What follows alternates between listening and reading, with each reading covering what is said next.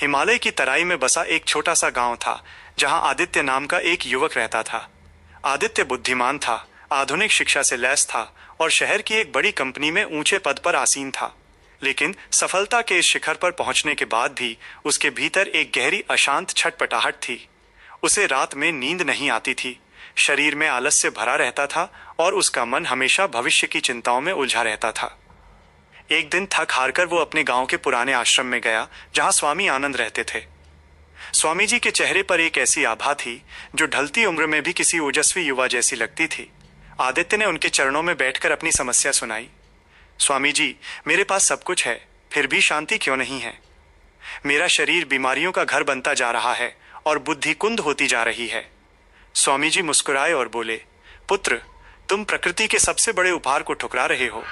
तुम उस समय जागते हो जब प्रकृति थक चुकी होती है और उस समय सोते हो जब ब्रह्मांड अपनी ऊर्जा बांट रहा होता है।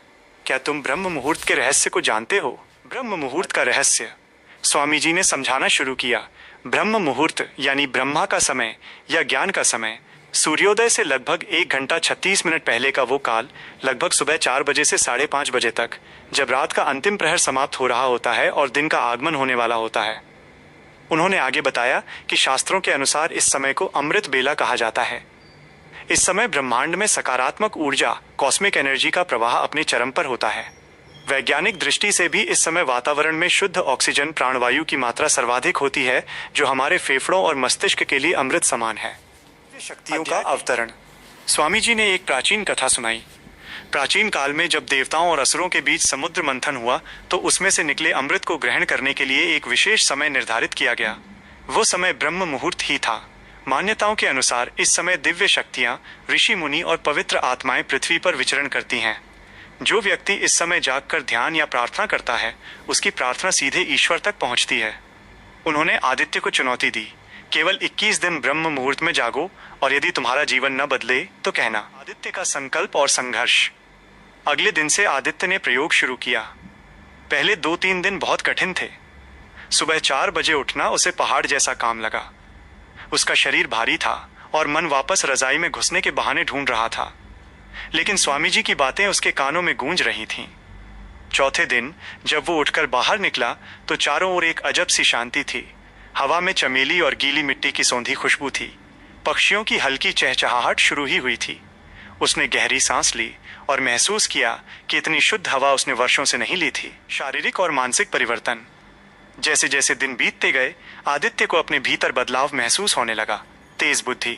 जो प्रोजेक्ट वो घंटों में पूरा नहीं कर पाता था, उसे वो ब्रह्म मुहूर्त की शांति में मात्र 40 मिनट में हल कर लेता था। इस समय मस्तिष्क का क्रिएटिव हिस्सा सबसे अधिक सक्रिय होता है। शारीरिक ऊर्जा, उसकी पाचन शक्ति सुधर गई। चेहरे पर एक प्राकृतिक चमक आने लगी जिसे योग में ओज कहा जाता है। तनाव मुक्ति। ब्रह्म मुहूर्त में किए गए 15 मिनट के ध्यान ने उसके मन के डर और चिंता को शांत कर दिया। उसे समझ आया कि वात, पित्त और कफ का संतुलन सुबह की वायु से ही संभव है। आध्यात्मिक जागृति। एक सुबह ध्यान के दौरान आदित्य को एक अद्भुत अनुभव हुआ। उसे लगा कि वो ब्रह्मांड का ही एक छोटा सा हिस्सा है। उसे अनुभव हुआ कि ब्रह्म मुहूर्त केवल उठने का समय नहीं है, बल्कि ये स्वयं से मिलने का समय है। स्वामी जी ने उसे बताया था, ब्रह्म मुहूर्त में हमारी इड़ा और पिंगला नाड़ियां संतुलित होती हैं और सुषुम्ना नाड़ी का द्वार खुलता है। यही वो समय है जब साधारण मनुष्य भी योगी बन सकता है। कहानी का वो अब शहर वापस गया, लेकिन अपनी इस नई आदत के साथ। उसने पाया कि अब वो काम का दबाव बेहतर झेल पाता है।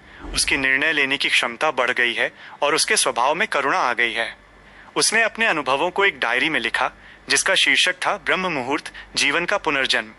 उसने लिखा कि जो व्यक्ति सूर्योदय के बाद जागता है वो केवल उस दिन का उपभोग करता है, लेकिन जो ब्रह्म मुहूर्त में जागता है वो उस दिन को बनाता है।